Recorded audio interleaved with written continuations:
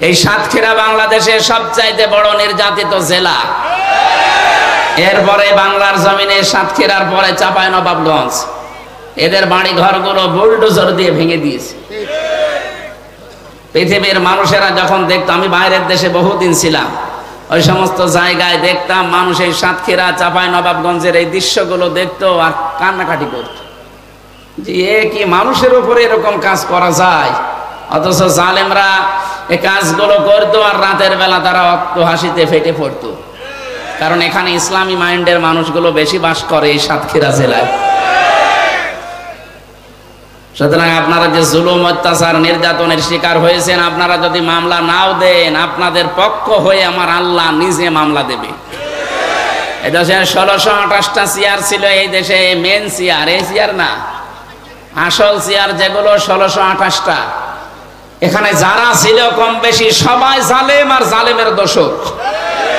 কে কথা বলেন না কেন? বলেন তো, জালেম হলে তার বিরুদ্ধে মামলা দেবে কে? মামলার বাদী যত বড় হয় কেস তত কঠিন হয়। আমাদের মামলার বাদী তো রাষ্ট্র, এই জন্য কেস এরকম কঠিন হয়েছিল। যদি কোনো সলিমদ্দি কলিমদ্দি মামলার বাদী হয়তো আমার 3 দিনের বেশি রাখতে পারত না। আমি আকিস গ্রুপের খতিব ছিলাম, কয় টাকা লাগবে আপনার? কিন্তু এমন মানুষ মামলা দিয়েছে, অত টাকা পয়সা আগে পাচার করা শেষ, টাকা নিয়ে কি করবে? আমার দেশ পত্রিকা রিপোর্ট দিয়েছে না, যাওয়ার সময় শুধু 14টা ব্রিফকেস নিয়ে গেছে, সব মাটি ভরাট করা ছিল। হ্যাঁ, পাইলটকে বলেছে ব্রিফকেস গুলো উঠেছে, বলছে হ্যাঁ চলো, আর কারোর সাথে কোনো কথা বলেনি। এমনকি কাওয়া কাকুকেও বলে যায়নি। আমারও যদি বলে যেত, কল দিয়েছে হামজা চলে গেলাম, 3 বছর জেল খাটালাম, মাফ করে দিও, তাও বলে না, পালিয়ে চলে গেল। এই জন্য আশায় কেউ যেন বুক বেঁধে দেশে বিশৃঙ্খলা তৈরি করেন না, কারো উস্কানিতে পা দেওয়া যাবে না। জালেম যারা হয় তারা যদি চেয়ার পায় তাহলে 2টা কাজ করে। সূরা নমলের ভেতরে আছে, 19 নম্বর পারা 18 নম্বর পৃষ্ঠা 9 নম্বর লাইনের 34 নম্বর আয়াতের প্রথম অংশে আছে, মাঝের অংশে আছে, ইন্নাল মুলুকা ইযা দাখালু ক্বরিয়াতান আফসাদুহা ওয়া জাআলু আ'ইজ্জাতা আহলিহা আদিল্লা ইলা আখিরি আয়াত। রব্বুল আলামিন বলেন, কোন জালেম যখন কোন এলাকায় বসে দখল করে, ওই জায়গায় প্রথমে 2টা কাজ জারি করে। 1 নম্বরে ওই জায়গাগুলোতে সে বিশৃঙ্খলা তৈরি করে দেয়, ঘোলা পানিতে মাছ শিকার করার জন্য। এটা জালেমের প্রথম কাজ। এই 15.5 বছরে এইটাই করেছিল। একটা কিছু করেছে, আপনি সেটা ধরবে জনগণ, তারপরে দেখবেন পাশে আবার আরেকটা তৈরি হয়ে গেছে। ওটা ধরতে ধরতে ওইটা ধরবে, আরেকটা তৈরি করে দেয়। নিজেরা এই বিশৃঙ্খলাগুলো তৈরি করত। এই 15.5 বছরে বহু বিশৃঙ্খলা এই রাষ্ট্রে তৈরি করেছে ওরা নিজেরা। সবচাইতে বেশি সংখ্যালঘু নির্যাতন হয়েছে এই 15.5 বছরে। কথা বলেন না কেন? আপনি জিজ্ঞাসা করে দেখেন, যারা এই দেশে অন্য ধর্মের লোক আছে, তারা এখন নিজেরা বলছে বাংলাদেশে আমরা আগস্টের 5 তারিখের পর থেকে সবচাইতে বেশি নিরাপদে আছে। তার মানে এই 15.5 বছর ওরা জুলুম, নির্যাতন, অত্যাচারের শিকার ওরাও ছিল। তার প্রমাণ এই যে বিশ্বজিৎ, একে মুসলমান না হিন্দু, একে যে কুপিয়ে মারছিল সেই লোকটা আমার সাথে জেলে ছিল। শাওন, এই পাশে বাড়ি, খুলনা। খুলনা এখানে এই যে কপিলমণি নাকি বাড়ি আছে, এখানে বাড়ি। আমাদের রাইটার ছিল, মাঝে মাঝে এসে দেখতাম আফসোস করতো যে না, কাজটা আমার ঠিক হয়নি। ছেলেটা বারবার আমাদেরকে বলছিল যে আমি কিসের জামাত, কিসের শিবির, আমি মুসলমানই না। যদি বিশ্বাস না হয় আপনি অন্তত জিনিসপত্র দেখেন। তারপরও আমরা মানি না, ওরে একেবারে জায়গায় শেষ করে দিয়েছি। কিন্তু আমার জীবনের আফসোস, এখন আমার মা বাবা আমার খোঁজ নেয় না। আমার যাদের মন রক্ষার্থে এই কাজ করলাম, তারাও এখন আমার খোঁজ নেয় না। আমি ফাঁসির আসামি ছিলাম, এখন আমার এই যে যাবজ্জীবন 30 বছর জেল খাটা লাগবে। অন্তত কাজকর্ম করে দিচ্ছে, এই জন্য 22 বছর অন্তত জেলে থাকাই লাগবে। আমার জীবনে আর কি থাকবে? আমার এই জন্য কথাটা তুললাম যে আমরা অনেকে এখন অনেকে উস্কানিতে পা দিয়ে এরকম বিশৃঙ্খলা তৈরি করছি। চার দেওয়ালের মাঝে যদি একবার চলে যান না, কোনো বাপ আপনাকে বাঁচাবে না। 2 নম্বরে জালেমের কাজ আজালু আইজ্জাতা আহলিহা আদিল্লাহ। ওই দেশে যারা সম্মানিত মানুষ সে তাদেরকে অপমান করে, অপদস্থ করে। এই যে প্রমাণ, সম্মানিত মানুষ না এটা। 2.5 লাখ 3 লাখ মানুষের দায়িত্ব পালন করেছে, তাও কয়েকবার। এই সম্মানিত মানুষদেরকে ধরে ধরে তারা অপমান অপদস্থ করত। আমার যাই হোক, আমি ছোট হই বড় হই, আমার নামের আগে একটা আলেম লেখা আছে না? আলেম হোক, মুফতি হোক, মুহাদ্দিস হোক, মুফাসসির হোক, একটা লেখা আছে না? আমি নিজেও হাফেজ, কোরআন শরীফ আমার বুকের ভেতরে। আর ওরা এমন আচরণ করতো জেলখানা এবং রিমান্ডে, আমার মনে হয় শয়তানের সাথে এরকম খারাপ আচরণ মানুষ করে না। সুতরাং সম্মানিত মানুষদেরকে যারা অসম্মান করে, অমর্যাদা করে, তাদের সম্মান নষ্ট করার চেষ্টা করে, এরা আল্লাহর ভাষায় জালেম। এরা কি? এদের বিরুদ্ধে মামলা কার? আপনি কি টের পাচ্ছেন কি বলছি আমি? আল্লাহর মামলার আসামি এই জালেমরা।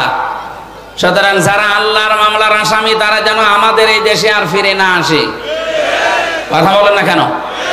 যদি এখনো পর্যন্ত তিনি ওখানে বসে উল্টাপাল্টা কাজ চালাচ্ছে, বিভিন্ন জিনিস দিয়ে চালিয়েছে, একটা হালে পানি নেয়নি, এখন শুরু করছে অমুসলিম বিশেষ করে হিন্দুদেরকে দিয়ে। পারবে না ইনশাআল্লাহ। জরুরি কাজ থাকলে না, জরুরি কাজ থাকলে যাই।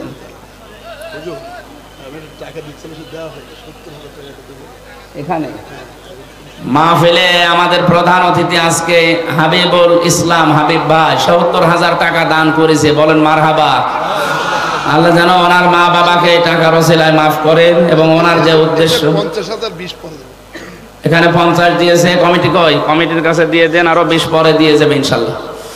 আল্লাহ রাব্বুল আলামিন তার এই টাকাকে ইসলামের জন্য, কোরআনের এই প্রচারের জন্য কবুল করেন, আমিন। সম্মানিত ভাইরা, আমি যেটা বোঝাচ্ছিলাম, আমরা যেহেতু অন্তত কথা বলতে এখন পারি, জবান আল্লাহ আমাদেরকে দিয়েছেন। আরেকবার বলছি আলহামদুলিল্লাহ।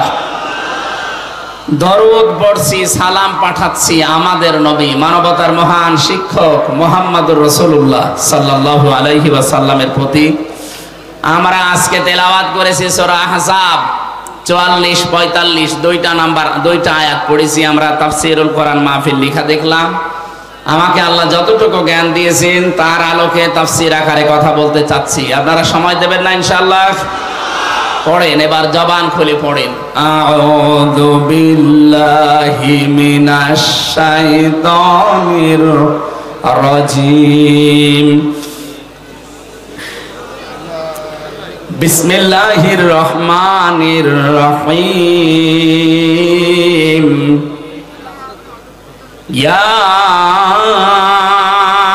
আইয়ুহান নাবিয়্যু ইন্না আরসালনাকা বিল শাহিদাও ওয়া মুবাশশিরাও ওয়া নাযীরা ওয়াদা'iয়ান ইলাল্লাহি বিইযনিহি ওয়া সিরাজাম মুনীরা। সাদাকাল্লাহুল আযীম। ৭৩ আয়াত আছে, আমরা মাত্র 2টা আয়াত পড়লাম, ৪৫ ৪৬। সূরা আহজাব। আহজাব মানে দল সমূহ। হিজবুন ১ বছর, আহজাব বহু বছর। দলের কথা আল্লাহ কোরআনে দিয়েছেন, এই জন্যে বহু মানুষ মনে করে এ দল, এ কথা বলার দরকার কি?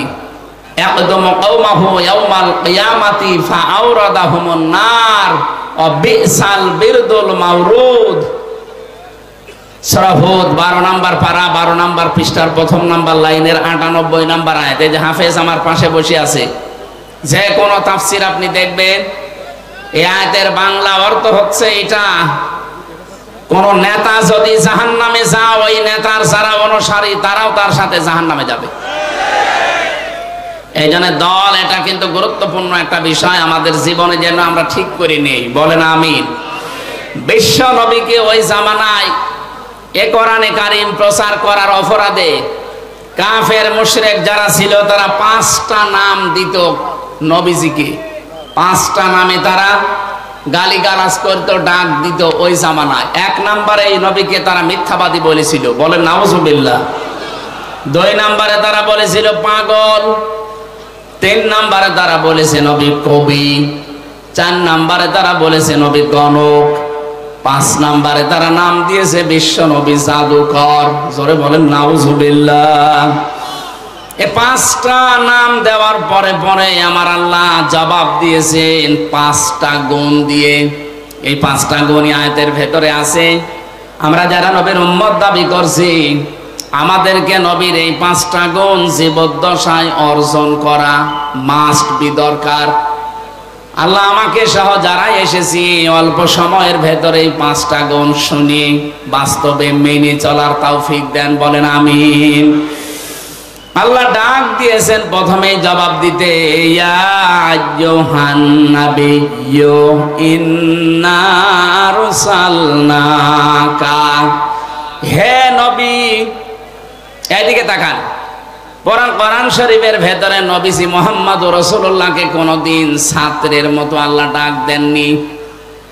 অন্যান্য নবীদেরকে আল্লাহ ডাক দিয়েছেন ছাত্রকে যেভাবে শিক্ষক ডাকে ওইভাবে। এখানে যদি কেউ ক্লাস নেয়, আমার বিশ্ববিদ্যালয় স্যার যদি এখানে ক্লাস নিতেন, সামনে আমরা 80 জন ছেলে মেয়ে বসে আছি, উনি যা ইচ্ছা যার নাম ধরে ডাকা দরকার ডাকতে পারতেন না। এই হামজা, এই হাবিব, এই বাশার, ঠিক এইভাবে করে বলতেন সামনে আসো। ওরা 2,24,000 নবীর কথা আমরা শুনি। 27 জন নবীর নামে কোরআনে কারিমে আল্লাহ দিয়েছেন 25 জন, আর 2 জনের নাম উজ্জ আছে। এতগুলো নবীকে আল্লাহ শুধুমাত্র ছাত্রের মতো ডাক দিয়েছেন, ইয়া ইব্রাহিম, ইয়া মূসা, ইয়া ঈসা।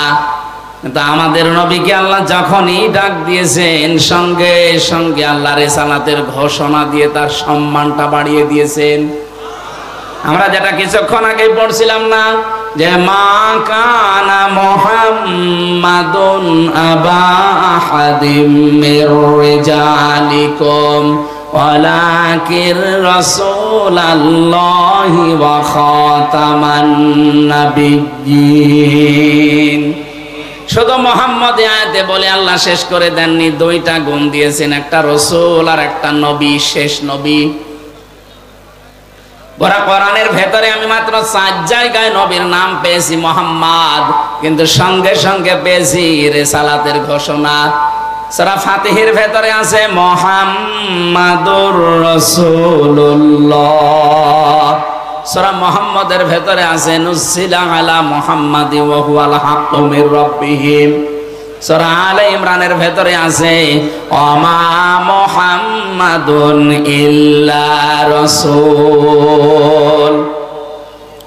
কোরআনে 4 জায়গায় আপনি শুনলেন, কোন জায়গায় শুধু মুহাম্মদ শোনেননি, শুধু ইব্রাহিম, শুধু মূসা। এভাবে যেখানেই আল্লাহ নাম নিলেন সঙ্গে সঙ্গে রিসালাতের ঘোষণাটা দিয়ে তার সম্মান যা ছিল আরো বাড়িয়ে দিলেন। এখানে আল্লাহ নবীকে ডাক দিয়েছেন ইয়া আইয়ুহান নবী। আইয়ুহান এই শব্দটা ব্যবহার করা হয় সম্মানিত কোন জায়গায়। এই জন্য দেখবেন পুরা কোরআন শরীফে 89 জায়গায় আছে ইয়া আইয়ুহাল্লাযীনা আমানু। বলেন আল্লাহু আকবার। আমি বোঝাচ্ছিলাম এখানে ইয়া আইয়ু এই শব্দটা হারিয়ে গেছে। মোসাম্মদ সালিমা খাতুন স্টেজের পেছনে আছে, ওনার বাবা আছে এখানে। যদি এই মেয়েটাকে কেউ পেয়ে থাকেন এখানে দিয়ে যান। অবশ্যই এই লক্ষ লক্ষ মানুষের ভেতরে খুঁজে আনা দুষ্কর। তারপরেও যদি কেউ পান, সালিমা খাতুন, মনে হয় বাচ্চা হবে না, ছোট বাচ্চা হবে। ওর বাবা এখানে আছে স্টেজের পেছনে, এখানে দিয়ে যাবেন। সাতক্ষীরাবাসী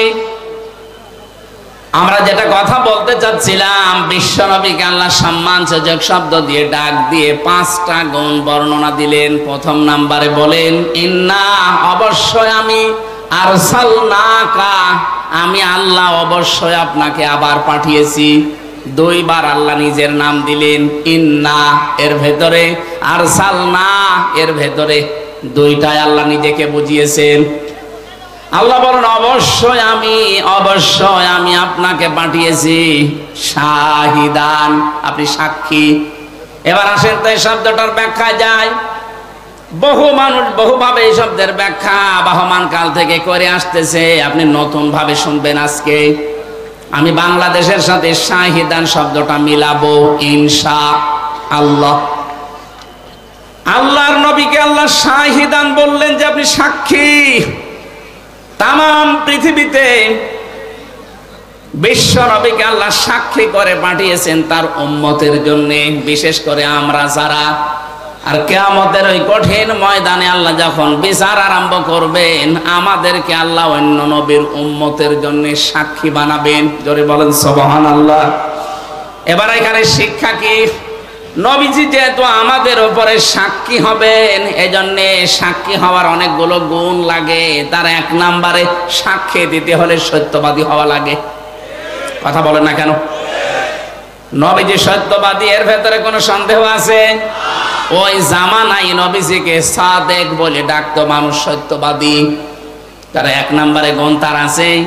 দুই নম্বরে সাক্ষী দিতে হলে উপস্থিত থাকা লাগে, দেখা লাগে। এবার আপনি বলেন তো, বিশ্ব নবী মুহাম্মদুর রাসূলুল্লাহ সাল্লাল্লাহু আলাইহি ওয়াসাল্লাম আমাদের যে কর্মকাণ্ড এখন আমরা করছি, এগুলো দেখতেছেন? বলেন না কেন? না। তাহলে সাক্ষী দেবেন কি করে? এই কোরআনে কারিমের ভেতরে কিয়ামত পর্যন্ত এই পৃথিবীতে কি ঘটবে সব আল্লাহ নবীকে ১৫০০ বছর আগে জানিয়ে দিয়েছেন। জোরে বলেন সুবহানাল্লাহ। এমনকি নবীজি নিজে আসেন নাই দুনিয়ায়, এখনো আসতে তার 50 দিন বাকি। ওই সময় একটা ঘটনা ঘটেছিল মক্কাতে, ওইটা নবীজিকে আল্লাহ সচক্ষে দেখার জন্য জানিয়েছেন। আলাম তারা কাইফা ফাআলা রাব্বুকা বিআসহাবিল ফিল। ভালো করে বোঝেন, সারা জীবনে আয়াতটা পড়েছেন। এখানে শিক্ষা কি? আল্লাহ বলেন, হে নবী আপনি কি দেখেননি এই চোখ দিয়ে? তারা মানে এই চোখ দিয়ে দেখা, আর নাজারা মানে গবেষণা করে দেখা। হে নবী আপনি কি দেখেননি এই চোখ দিয়ে হাতিওয়ালাদের সাথে আপনার রব কি ব্যবহার করেছিলেন? বলেন তো, যখন এই ব্যবহার হাতিওয়ালাদের সাথে আল্লাহ করেন, কাসফে মাকল বানিয়ে দেন, ওই সময় নবী উপস্থিত ছিল? কথা বুঝতেছেন? ওই সময় তো নবী দুনিয়ায় আসেন নাই, ওই ঘটনারও 50 দিন পরে তার জন্ম। তাহলে আল্লাহ তারা দিলেন কেন? এই জন্যে তাফসীর মাহফিলে আসতে হয়। যেটা দেখে দেখে বলা যায় তার নাম তারা। আপনি তো আসেননি দুনিয়ায়, দেখলেন কি করে? নবীজিকে আল্লাহ দেখার কথা এই জন্যে জানিয়েছেন। হে নবী, যদি ওই ঘটনার সময় আপনি ছিলেন না, কিন্তু কোরআনে কারিমে আমি আল্লাহ আয়াত নাযিল করার মাধ্যমে আপনাকে আমি জানালাম। তার মানে দেখলে মানুষ যেভাবে বিশ্বাস করে কোরআনের কথা, আপনার উম্মতেরা ওর চাইতে 100 ভাগ বেশি বিশ্বাস করা লাগবে। তারপরে আপনি সাক্ষী দিতে পারবেন। যেহেতু কিয়ামত পর্যন্ত দুনিয়াতে কি হবে সব আল্লাহ কোরআনে কিন্তু ইঙ্গিত দিয়ে দিয়েছেন। আর নবীজির উপর এটা নাজিল হয়েছে। বিশ্ব নবীতে সব আগের থেকে তিনি আল্লাহর কাছে জেনে ফেলেছেন। এই জন্য কিয়ামতের দিন তিনি আমাদের জন্য সাক্ষী হওয়ার একেবারে দেখে দেখে দিলে যা হতো, কোরআনে কারিম আল্লাহর নবীর উপরে নাজিল হওয়ার কারণে তার সাথে 100 ভাগ বেশি কার্যকর হবে। সূরা বাকারার 143 নম্বর আয়াতটা এর দলিল আছে। ওয়া কাযালিকা জাআলনাকুম উম্মাতাও ওয়াসাতাল লিতাকুনু শুহাদা আলান নাস ওয়া ইয়াকুনার রাসূলু আলাইকুম শাহিদা। আল্লাহ পাক বলেন, তোমাদেরকে আমি মধ্যম পন্থা জাতি বানিয়েছি, তোমাদেরকে আমি সাক্ষী বানাবো কিয়ামতের দিন। আর তোমাদের উপরে আরেকজন সাক্ষী আছে, তিনি আমার রাসূল। আমি বারবার এই দুইটা শব্দ বলছি, সাক্ষী আর রাসূল। কেন? কিয়ামতের দিন আমাদের বিরুদ্ধে, আমাদের পক্ষে, বিরুদ্ধে নাই পক্ষে সাক্ষী দেবে আমাদের নবী। সাক্ষী দেওয়ার যতগুলো গুণ ছিল তার ভেতরে আছে না নেই? আরো জোরে বলেন। দুনিয়ার ময়দানে কেউ যদি হিংসার বশবর্তী হয়ে অহংকার করে কারো উপরে কোনো শাস্তি চাপিয়ে দেয়, তাহলে সে সাক্ষ্য দেওয়ার অযোগ্য হয়ে পড়ে। এদিকে তাকান, এই আয়াতটা দুই জায়গায় কোরআনে পাবেন আপনারা। সূরা মায়েদায় ওয়ালা ইয়াজরিমান্নাকুম শানাআনু কওমিন ইলা আখির আয়াত। আমি আয়াতটা পড়লেই যেন কারণ আমার ভয় লাগে। আল্লাহ বলেন হিংসার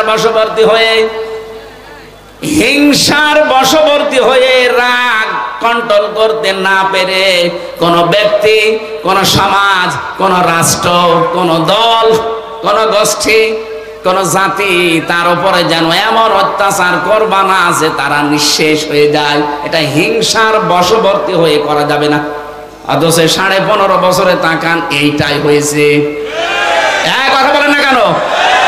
হিংসার বশবর্তী হয়ে কোন ব্যক্তিকে, কোন দলকে, কোন জাতিকে, কোন সমাজকে, এই দেশে কিছু মানুষ আছে শুধু হিংসা করে তাদেরকে শেষ করে দিয়েছে।